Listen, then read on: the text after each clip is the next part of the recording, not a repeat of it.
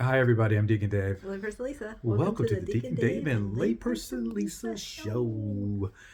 Well, we have one day left. We are in this nice little pension. Pension? Pension. That's how you say it. Yes. My Spanish teacher. Yes, my Spanish teacher, Layperson Lisa here. Although I heard you doing Duolingo. Well, I just needed to keep my lesson done. Keep my 122-day streak alive, or whatever it is. Yeah. But we finished about that's 13 miles today total, right? Oh, are we counting 13? 13 I think we're at 13 now after walking around Santiago. So we got done early at about 11 and a half miles, and then we got a taxi after showering and eating. Went into the town, and what happened there, Lisa? We went to Clay Tattoo. What? And got new tattoos. What? Yes. We got tattoos. We got tattoos. Do you want to show everybody your tattoo? Although it's covered in plastic. It will take a little time to derobe. Okay, she's derobing. She's derobing. And everybody, while she's derobing, we will show you. Why don't you show hers me? Oh no, I guess I got first. I gotta hold the camera. Yes, we want to do the best tattoo first, right? Well, I always take the longest. So pull it up. Pull your thing up there a little bit. Yes. And there's Lisa's new micro realism tattoo on her bicep. On my bicep. Yes, there it is. she's full of herself. And then hang out with you. You rub off on me. Oh gosh. And then here's my tattoo. Yes. The Santiago St. James. Isn't that pretty? Yes. Look at that. Don't worry, that's not all blood. Yes. Isn't that neat? Right. Yeah, it's very nice. Look at that shading. Isn't that great? It's very cool. So Debbie got the word trust, and then she also got like a shell like Lisa, but the cross is red inside of the shell, which is really nice. And Camino Colleen got like a small version of mine. Yes. Exactly. So very, very kind of fun. It was like we were there for like 2.5 hours. Yes. And it was kind of a fun event, and we got. And I think that's cool, like, because it was kind of like a community thing that we all did, and we've been talking about it, and then we made it happen. Yeah. And then we went and got gelato in Santiago, but we did not go to the church. No.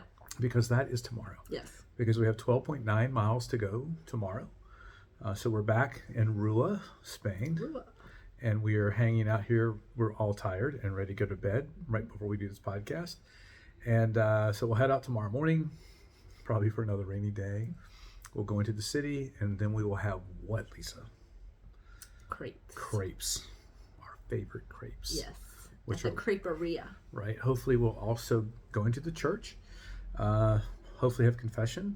And after the way I've been behaving on this journey, I probably need to go to confession.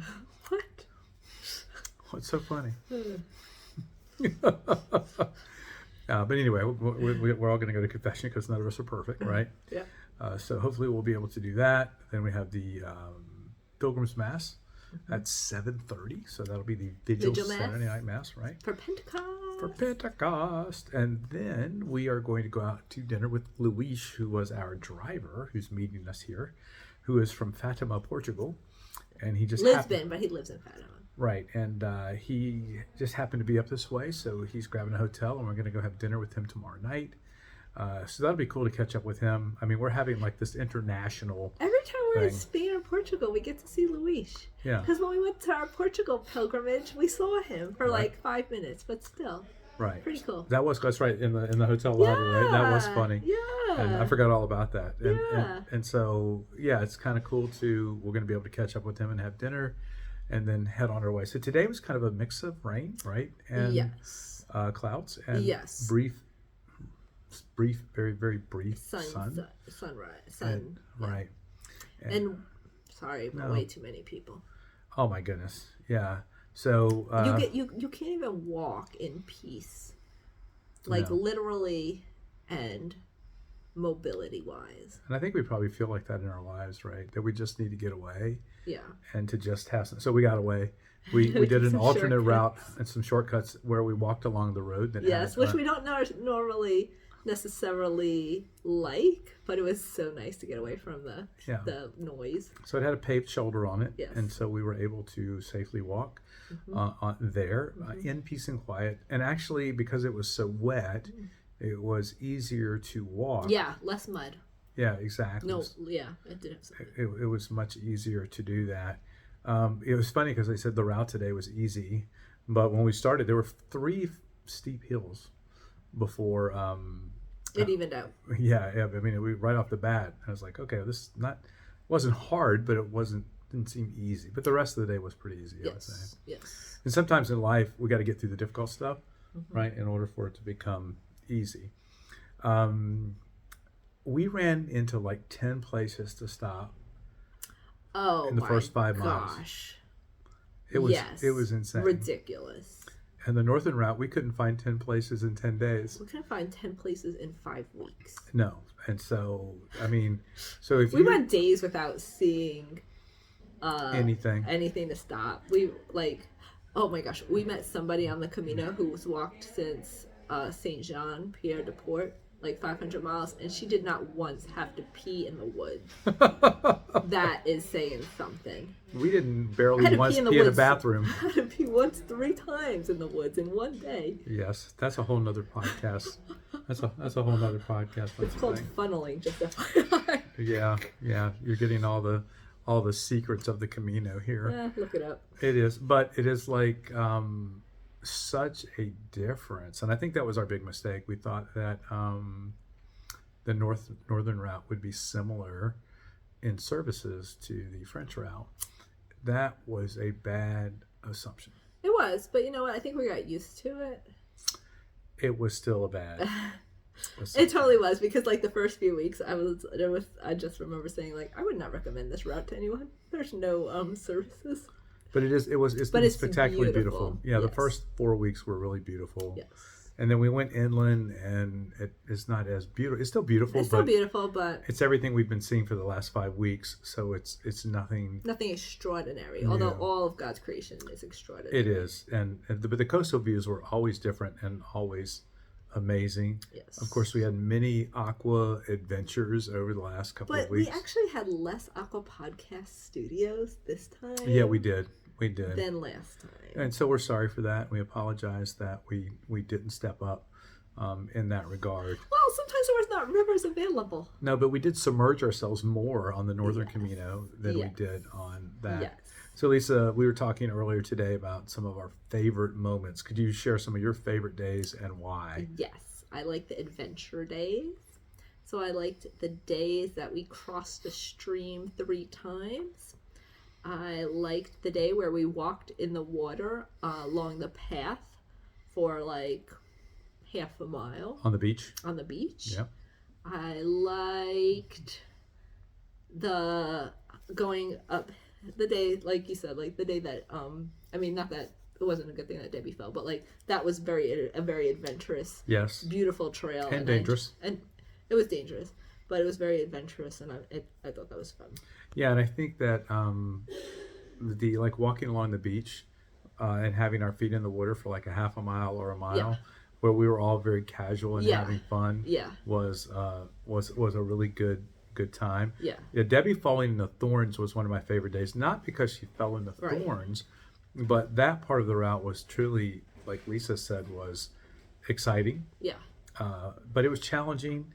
Yeah. And it was certainly, I think part of it was we worked as a team. Yeah, absolutely, yes. We worked as a community because we needed to in order for everyone to get through. It's just sort of like when you have a tragedy or difficulty, everybody comes together, right? In that moment, we've been together the whole time, but we really came together to watch out for one another in that particular instance because it was so treacherous and dangerous. For that to happen. And so I've never been more thankful for thorny bushes in my life because they kept my wife from rolling down a hill to her demise. So, but she is still walking along. We have, like I said, 12.9 miles tomorrow, and hopefully we will get to Santiago, have a good dinner, and then get on the train for Madrid. Yes. And spend a day and a half in Madrid. Yes.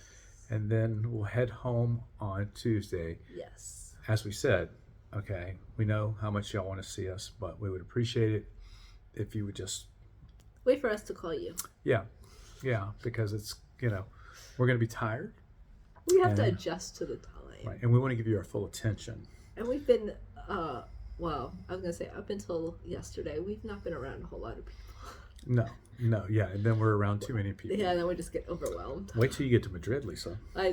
Yeah, when you said Madrid, that's all I pictured. People everywhere. Well, Madrid is like New York City on steroids. I hope we're going to the very countryside of Madrid. Yeah, I mean, literally, Madrid is like, when we were there last time was like, it was crazy. it was like New York yeah, City. to me that's not so enjoyable.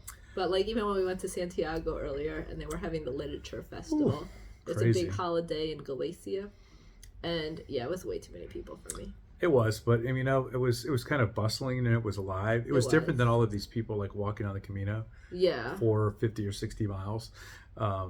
The city was alive and there was a lot going on and people. It was I think it was more of a cultural experience for me. Okay. To be able to do that. But yeah, we had a lot of fun today, especially getting the tattoos. I think that was probably the highlight of our day. And I would just say that God has tattooed us, right, by virtue of our baptism. He created us, but by virtue our name is on his heart. Right. His sacred heart. Exactly. And he is, we are tattooed. Yeah, that's another story for another day. That's a different podcast, and tattoo. But it is like this idea of being tattooed by virtue of our baptism, right? We have this indelible mark that's been put on us, and there's nothing that can wash that away. Okay, so God's love and mercy for us is complete always, and he loves you deeply. So maybe you're struggling right now. Maybe you have some things in your life that you wish were different. Know that God is with you. Know that God loves you completely. God doesn't judge. God just loves. God doesn't condemn. God gives mercy. And for all of us, yeah, it's great. There's great hope in all of that, right? And it is right that our names are written on God's heart. And his love for all of eternity is indelibly written on ours. Any other thoughts, Lisa? No. I am Deacon Dave. I am Layperson Lisa. See you next time. Bye. Bye.